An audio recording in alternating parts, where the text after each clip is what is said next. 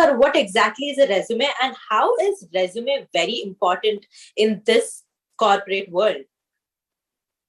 Very simple అండి. ఇప్పుడు మనము ఒక సినిమా చూస్తాము అనుకుంది, సినిమా యొక్క ట్రైలర్ చూడండి, అద్భుతంగా ఉంటుంది. లైక్ సినిమా బాగుండకపోయినా ట్రైలర్ మాత్రం చాలా అద్భుతంగా వాళ్ళు చేస్తారు. ఈవెన్ ఒక బుక్ చూడండి, బుక్లు మనం పైన కవర్ పేజ్ అవి చాలా క్లారిటీగా చక్కగా చూడగానే కొనేటట్టుగా ఉంటాయి. సేమ్ థింగ్ అంటే resume is like our face. Resume అనేటువంటిది చాలా ఇంపార్టెంట్. మనం రెజ్యూమేని ఎంత చక్కగా చేయగలిగితే అంత ఫాస్ట్ గా మనం ఇంటర్వ్యూని గ్రాప్ చేస్తాం. ఇక్కడ కూడా మీరు గుర్తుపెట్టుకోండి, నేను ఉద్యోగం వస్తుందని చెప్పట్లేదు, ఇంటర్వ్యూ వస్తుంది అని చెప్తున్నాను. సో ఈ రెజ్యూమే అనేటువంటి పదము మనం కార్పొరేట్కి మనం పంపిస్తున్నాం. కార్పొరేట్స్ మనని పిలవరు, మన ఫేస్ చూడరు, మనతో మాట్లాడరు. ఇనీషియల్ గా వాళ్ళకి కావాల్సింది రెజ్యూమే. ఆ రెజ్యూమే వాళ్ళకి నచ్చితే, resume contains some quality information ఉంటే వాళ్ళు మనని ఇంటర్వ్యూలకి పిలుస్తారు. ఇంటర్వ్యూకి మనం అప్పుడు వెళ్తాం. అప్పుడు మనం ప్రూవ్ చేసుకోవచ్చు ఇంటర్వ్యూలో. బట్ ఇంటర్వ్యూ అంటూ రావాలి కదా. ఇంటర్వ్యూ అంటూ రావాలి అంటే ఖచ్చితంగా రెజ్యూమే అనేది ఒక మంచిగా ఉండాలి. ఆ రెజ్యూమే ఎట్లా ఉండాలి అనే దానికి కొన్ని నామ్స్ ఉన్నాయి. ఫస్ట్ ఆఫ్ ఆల్ ఆ నామ్స్ మనం డిస్కస్ చేస్తాము. Very first one is like resume పంపించాలి అంటే ఏంటి, ఒక డైస్ లోనో మానిస్టర్ లోనో ఎక్కడో ఒక చోట పేపర్ లోనో అడ్వర్టైజ్మెంట్ వస్తుంది, వాంటెడ్ కాలం కనపడుతుంది. కనపడగానే మనం వెంటనే పంపించేస్తాం. Nowadays everything is digital, ఈమెయిల్లో పంపిస్తున్నాం కాబట్టి ఫస్ట్ మనం ఏం చేయాలంటే ఒక కవర్ లెటర్ తయారు చేయాలి. కవర్ లెటర్ ఎలా తయారు చేస్తాము? Hey, my name is Venkati Kurti, like I got this education etcetera etcetera etcetera.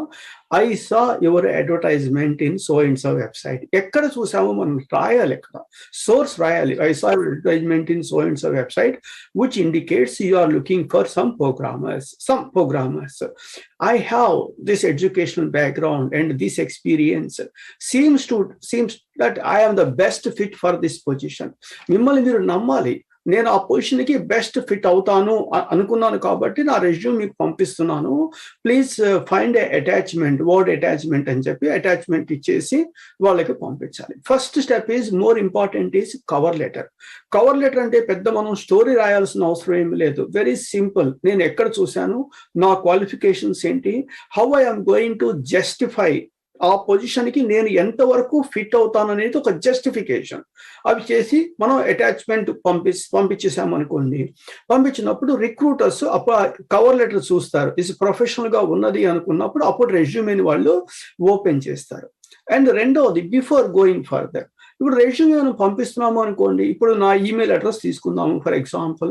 ఇట్లా ఉంటుంది, venkat.mylastname@gmail.com లేకపోతే venkat.ikkurti@configure.com ఉంటుంది. కానీ ఇవాళ నాకు కొన్ని రెజ్యూమేస్ వస్తాయి. ఐఎమ్ నాట్ రిక్రూటర్, అయినా కొంతమంది హెల్ప్ అడుగుతున్నారు, రెజ్యూమ్ పంపిస్తుంటారు. ఎట్లా పంపిస్తారంటే ఫస్ట్ నేమ్ లాస్ట్ నేమ్ ఉండదు అక్కడ, pinkyforyou@yahoo.com అని పంపిస్తారు. ఎవరు చూస్తారండి అలాంటి ఈమెయిల్స్ పెట్టుకుంటే?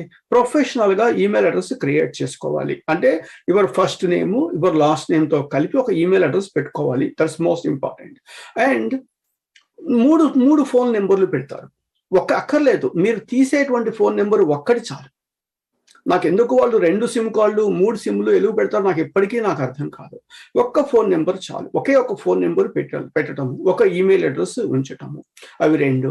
ఇవాళ ఉన్న పరిస్థితుల్లో నేను బలానా ఊళ్ళో ఉన్నాను అని చెప్పక్కర్లేదు. ఎందుకంటే దానివల్ల అడ్వాంటేజీ ఉంది, డిసడ్వాంటేజీ ఉంది. వాడికి రెజ్యూమ్ నచ్చింది అనుకోండి, బెంగళూరు అయినా మీరు ఇంటర్వ్యూ చేస్తారు. ఇవాళ నేను ఇప్పుడు అమెరికాలో ఉన్నాను, మీరు హైదరాబాద్లోనూ ఎక్కడో ఉన్నారు, somebody is there itself, we are interacting. ఇవాళ ఉన్న పరిస్థితుల్లో టెక్నాలజీ యూజ్ చేసుకుని we don't need to go out and we can take that calls తీసుకునే పరిస్థితిలో మనం ఉన్నాం. సో కాబట్టి ఒకే ఒక ఫోన్ నెంబరు, ఒక మంచి email address, I mean professionally designed email address and cover letter, ఈ 3 ఫస్ట్ తయారు చేసుకోవాలి. వెరీ ఫస్ట్ ఈ 3 తయారు చేసుకున్న తర్వాత మనం రెజ్యూమే తయారు చేయాలి. రెజ్యూమే ఎలా తయారు చేస్తాము? Very first thing is what is your objective. ఇప్పుడు మీరు ఫస్ట్ మనం ఈ programme quality education is our objective. Education ఒక్కటే మనుషుల యొక్క జీవితాలని మారుస్తుంది, ఇంకేది కాదు. ప్రపంచంలో మీరు ఎక్కడికి వెళ్ళినా కూడా education is the right thing. ఏ దేశానికి వెళ్ళినా కూడా ఎడ్యుకేషన్ డెవలప్ అయితేనే ఆ దేశం డెవలప్ అవుతుంది.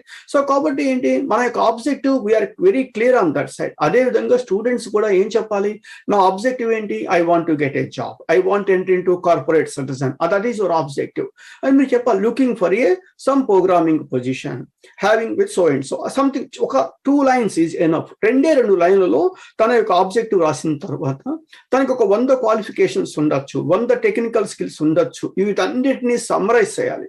సమ్మరైజ్ చేసి ఎంత చేయాలి, జస్ట్ ఒక 5-6 పాయింట్స్ లో సమ్మరైజ్ చేసేయాలి. 5-6 పాయింట్స్, ఎక్కువ ఉండకూడదు. 5-6 పాయింట్స్ సమ్మరైజ్ చేసిన తర్వాత డిపెండింగ్, సపోజ్ నేను ఐటీలో ఉన్నాను కాబట్టి నేను ఐటీ గురించి ఎక్కువ మాట్లాడుతూ ఉంటాను. సో ఐటీలో ఏముంటుంది, టెక్నికల్ స్కిల్స్, ఎడ్యుకేషనల్ స్కిల్స్ ఉంటాయి. టెక్నికల్ స్కిల్స్ అంటే ఏంటి, మీకు జావా వస్తే జావా, లేకపోతే ఆరకిల్, లేకపోతే ఇంకో SAS, లేకపోతే ఇంకో ఈ టెక్నాలజీస్. కామన్ గా ఇవాళ మన అందరికీ కావాల్సిన స్కిల్స్ ఏంటంటే, కంప్యూటర్స్ అయినా కంప్యూటర్స్ కాకపోయినా MS ఆఫీస్ తెలియాలి. సో MS ఆఫీస్, అదేవిధంగా యాక్రోబాట్, సంథింగ్ లైక్ దట్. ఇవన్నీ టెక్నికల్ స్కిల్స్ నైస్ గా ప్రజెంట్ చేయాలి. తర్వాత ఎడ్యుకేషనల్ క్వాలిఫికేషన్స్, హైయెస్ట్ ఎడ్యుకేషన్, ఎవరు మాస్టర్స్ అనుకోండి, మాస్టర్స్ నుంచి స్టార్ట్ చేసి మీరు ఎడ్యుకేషనల్ క్వాలిఫికేషన్స్. ఆ తర్వాత ఈ మధ్య రెజ్యూమేస్ చూస్తున్నాను నేను, చాలా మంది అటెండెడ్ సెమినార్స్ అని పెడుతున్నారు. ఒక 100 సెమినార్లు అటెండ్ అయ్యాము అని రాస్తున్నారు. అటెండ్ అయ్యాము రాస్తుంటే ఒకసారి మనకి చూస్తుంది, అటెండ్ అవడం మంచిదే కాదంటలేదు. మీకు అవకాశం ఉంటే కనుక న్యూయార్క్ వెళ్ళండి. న్యూయార్క్ లో కార్లో డ్రైవ్ చేస్తూ ఉంటే ఒక పెద్ద దాని ఏమంటారు, ఒక బోర్డు ఉంటుంది. ఆ బోర్డులో ఏం రాస్తారంటే, participation never give any medals, winning the race only giving the medals. మీరు ఎన్నిట్లో పార్టిసిపేట్ చేసినా సరే మీరు గెలిస్తేనే అడ్వాంటేజ్. సో కాబట్టి నేను 100 పార్టిసిపేట్ చేశానని రాయటం వల్ల రెజ్యూమే పెద్దదైపోవడం తప్పించి, కానీ ఈ 100 పార్టిసిపేషన్స్ లో ఏ ఒక్కట్లో మీరు గెలవలేదా, అది మీకు డిసడ్వాంటేజ్ అయిపోతుంది. సో కాబట్టి మీరు ఎక్కడైతే ఒక గెలిచారో, ఒక సెమినార్ లేకపోతే ఒక పోస్టర్ ప్రెజెంటేషన్ సంథింగ్ గెలిచినప్పుడు, I got a first place, I got a second place అని మీరు రాయగలిగారు అనుకోండి. అంటే రాయగలిగినప్పుడు సర్టిఫికేట్ ఉండాలి, దట్స్ వెరీ ఇంపార్టెంట్. ఏదో రాయటం అంటే క్వశ్చన్ కాదు. అలా చేయగలిగారు అనుకోండి, దట్ ఈస్ బెటర్ అవుతుంది. లేకపోతే ఒక వర్డ్ పెట్టాడు, participated and so many sessions conducted by various colleges అని ఒక పదం రాసేస్తే సరిపోతుంది. That's enough. అంతేగాని ఒక 20 సెషన్స్ అన్నిట్లో మేము పార్టిసిపేట్ చేసాం అని అనటం వల్ల ఉపయోగం ఏమీ లేదు. ఆ తర్వాత ఫైనల్ గా ఏమవుతుంది, రిఫరెన్సెస్ అనే కాన్సెప్ట్ ఎక్కడ వస్తుందంటే, మీకు ఉద్యోగం ఇవ్వబోయేటప్పుడు, ఉద్యోగం ఇచ్చేటప్పుడు రిఫరెన్సెస్ అవైలబుల్ అపాన్ రిక్వెస్ట్ అని పెట్టేయండి, సరిపోతుంది, ఇబ్బంది ఏం లేదు. కానీ చాలా రెజ్యూమేస్ లో నేను చూస్తున్నాను కదా, father name, mother name, date of birth, ఇంకా అదర్ ఇన్ఫర్మేషన్ మొత్తం పెడతారు. ఇవన్నీ అవసరమా? ఉద్యోగం ఇచ్చేటువంటి వాడికి ఏం కావాలి, మీ యొక్క స్కిల్స్, మీ యొక్క టెక్నాలజీ, మీ యొక్క ఎక్స్పీరియన్స్, అంతే. ఈ 3 కావాలి.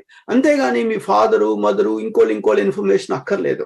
అంటే రెజ్యూమేలో ఉద్యోగానికి ఏదైతే అవసరమవుతుందో ఆ ఇన్ఫర్మేషన్ మాత్రమే ఇవ్వాలి. అంతకు మించి ఏ ఒక్క ఇన్ఫర్మేషన్ ఇవ్వకూడదు first of all.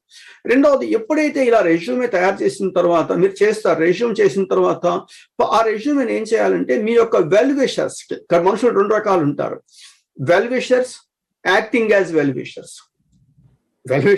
Acting as well wishers. నాకు తెలిసినంత వరకు ఇవాళ ఉన్నటువంటి ఈ ప్రస్తుతం సొసైటీలో ఫాదరు, మదరు, బ్రదర్ కన్నా వెల్ విషర్స్ ఎవరు నాకైతే కనపడరు. డెఫినెట్ గా those are all the 3 persons. Father and mother is first priority.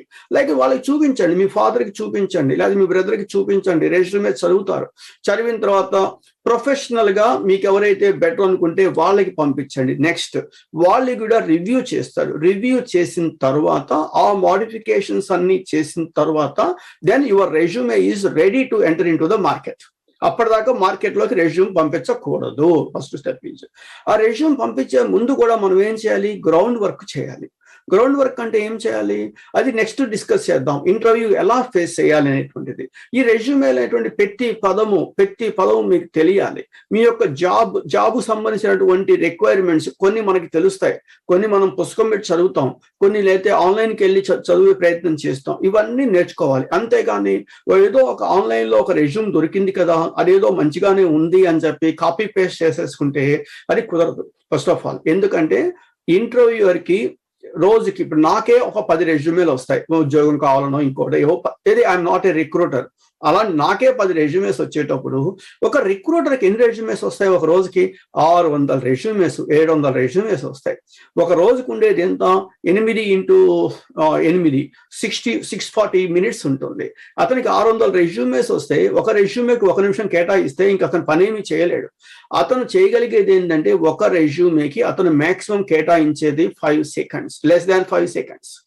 5 seconds లో అతను ఎంతవరకు చదవగలుగుతాడు? ఇతని ఆబ్జెక్టివ్ చదువుతాడు, ఇతని సమరీ చదువుతాడు, అంతే. మాక్సిమం చదివేది ఆబ్జెక్టివ్, సమరీ, అంతే. అంతకు మించి చదివే పరిస్థితి లేదు అక్కడ. సో లేనప్పుడు ఏమైపోతుంది? Cover letter, maximum cover letter. ఈ 3 చదవడానికి 5 సెకండ్స్ నచ్చింది అనుకోండి. ఫర్ ఎగ్జాంపుల్ అతను రెజ్యూమేని సేవ్ చేసుకుంటాడు, తర్వాత చూద్దాము అని చెప్పేసి ఆ తర్వాత మిగతావి డిలీట్ చేసేస్తారు. అంటే అతనికి 600 రెజ్యూమేస్ వస్తే అందుట్లో మంచిగా ఉండే రెజ్యూమేస్ ఒక 10% అనుకుందాం. 10% అంటే ఎంత వస్తుంది? 60 రెజ్యూమేలు వస్తాయి, అంతే. ఆ 60 రెజ్యూమేస్ కూడా మెషిన్ రీడ్ చేస్తారు. రీడ్ చేస్తే ఒక 5-6 రెజ్యూమేస్ బయటకు వస్తాయి. ఆ 5-6 మాత్రమే కాల్స్ చేస్తారు. లైక్ అక్కడి నుంచి ఇంకా ఇంటర్వ్యూ ప్రాసెస్ అనేది స్టార్ట్ అవుతుంది. ఇది ఒక చాలా మంది రెజ్యూమేకి అంత ఇంపార్టెన్స్ ఇవ్వరు. కానీ నేనైతే ఏం చెప్తానంటే, మీరు చదువుకోవడం కోసం ఎంత ఇంపార్టెన్స్ ఇస్తున్నారో రెజ్యూమే కూడా అంతే ఇంపార్టెన్స్ ఇవ్వాలి. అంతే ఇంపార్టెన్స్ ఇచ్చి తీరాలి మనం. ఎందుకంటే రెజ్యూమే అనేది మన యొక్క ఫేస్. మన ఫేస్ మంచిగా ఉంటేనే మన వాళ్ళు పిలుస్తారనే భావనలోకి వెళ్దాం. ఇక్కడ ఫేస్ అంటే బ్యూటీ అన్న ఉద్దేశం కాదు. మీ యొక్క సబ్జెక్ట్ మంచిగా ఉన్నది అనేది ఎక్కడ తెలుస్తుంది? రెజ్యూమేలోనే తెలుస్తుంది. రెజ్యూమేలో కూడా ఏంటంటే గ్యాప్స్ అనేవి బ్రిడ్జ్, ఒక సీక్వెన్స్ అలా ఉండాలి. మీరు ఒక కోర్సు చేశారు అనుకోండి, చేసినప్పుడు మీరు ఏం చెప్పాలి? నేను ఒక బీటెక్ బలానా కాలేజీలో చదివాను, లేకపోతే బీఫార్మసీ బలానా కాలేజీలో చదివాను. I got this information. I want to enter into clinical trials area, I want to enter into drug development area, ఏదో ఒక I want to go to Accenture అనుకున్నారనుకోండి. దానికి తగ్గట్టుగా నేను ప్లాన్ చేశాను. ప్లాన్ ఎలా చేస్తారు? ప్రతి కాలేజీలో లైబ్రరీ ఉంటుంది, ఎక్సలెంట్ బుక్స్ ఉంటాయి ఈ రోజు లైబ్రరీలో. సో ఆ బుక్స్ చదివాను, జర్నల్స్ చదివాను. చదివిన తర్వాత కొన్ని సెమినార్స్కి అటెండ్ అయ్యాను. I got this one. Then I'm ready. Parallel గా నేను కమ్యూనికేషన్ స్కిల్స్ ఇంప్రూవ్ చేసుకున్నాను. ఇవన్నీ కావాలి. ఇవన్నీ ఏంటంటే 4వ సంవత్సరం అయిపోయిన తర్వాత ఉద్యోగం తెచ్చుకుందాము అనుకునేటట్టయితే వీళ్ళు ఆలోచించడానికి ఒక 6 నెలలు పడుతుంది. ఏం చేయాలని ఆలోచించడానికి 6 నెలలు పడుతుంది. ఆ తర్వాత దాని ఇంప్లిమెంటేషన్కి ఇంకొక 6 నెలలు అయిపోతుంది. టోటల్ గా 1 ఇయర్. ఇంకొక 3 లక్షల మంది ప్రొఫెషనల్ గ్రాడ్యుయేట్స్ మార్కెట్లోకి వచ్చేస్తారు. మీరు మీ జూనియర్ ఇంటర్వ్యూకి వెళ్ళారనుకోండి, ఎవరికి ఉద్యోగం ఇస్తారు? ఖచ్చితంగా జూనియర్కే ఉద్యోగం ఇస్తారు. ఖచ్చితంగా జూనియర్కే ఉద్యోగం ఇచ్చేస్తారు. లేదనుకోండి, నా దగ్గరికి వస్తారు. నాకు రెజ్యూమేస్ వచ్చినప్పుడు నేను ఎప్పుడు పాస్ అయ్యా బాబు అని అడుగుతాను. అయితే 2018లో పాస్ అయ్యాను అంటాడు. 2018లో పాస్ అయ్యావు అంటే నౌ ఇట్ ఈస్ 2022. ఈ 4 సంవత్సరాలు ఏం చేశావు? Simple question. ఏం చేశారు 4 సంవత్సరాలు? నేను ఆ కోర్స్ నేర్చుకున్నాను, ఈ కోర్స్ నేర్చుకున్నాను, ఆ సర్టిఫికేషన్ చేశాను, అవి ఏవో రకరకాలు చెప్తారు. ఇది మీ అందరికీ స్టూడెంట్స్కి ఉపయోగపడాలి కాబట్టి చెబుతున్నాం. కానీ మా ఆఫీస్కి వస్తే మేము చెప్పాం. సింపుల్గా ఆ రెజ్యూమ్ వేసుకొని okay I will let you know అని చెప్పి ఆ రెజ్యూమే అలా ట్రాష్లో పెట్టేస్తాం. ఎందుకంటే 4 సంవత్సరాల